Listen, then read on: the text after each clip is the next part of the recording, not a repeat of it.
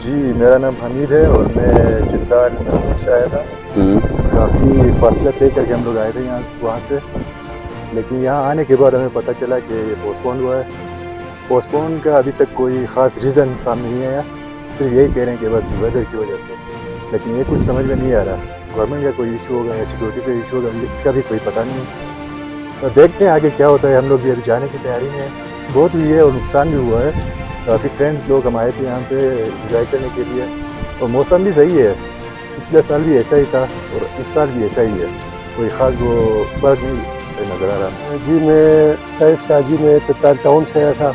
میں دکان کے سامان لے کے آیا تھا. ادھر ہر سال ہم آتے ہیں, تو اس سال جو ہے نا بس ہم آئے تھے 2 دن ہو گئے یہاں پہ. اب واپسی ہے, سامان سارا پیک کر دیا, تو ابھی نکلنے والے ہیں. بس سردی کوئی نہیں ہے سر, یہ تو ہر سال اتنا ہی سردی ہوتا ہے, اس سے زیادہ تو سردی یہ آپ کے سامنے کھڑے ہیں.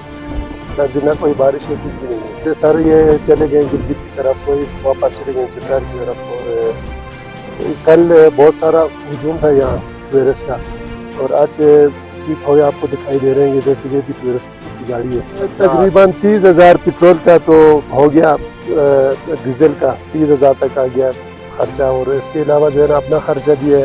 اور ہم کچھ ایسے اشیاء لے کے آئے تھے سامان, تو یہاں سے وہ خراب ہو گئے. چکن وغیرہ ہو گیا, ٹماٹر, یہ تقریباً 80-90 ہزار کا تو ہمارا ہو گیا خرچہ, یہ نقصان ہو گیا.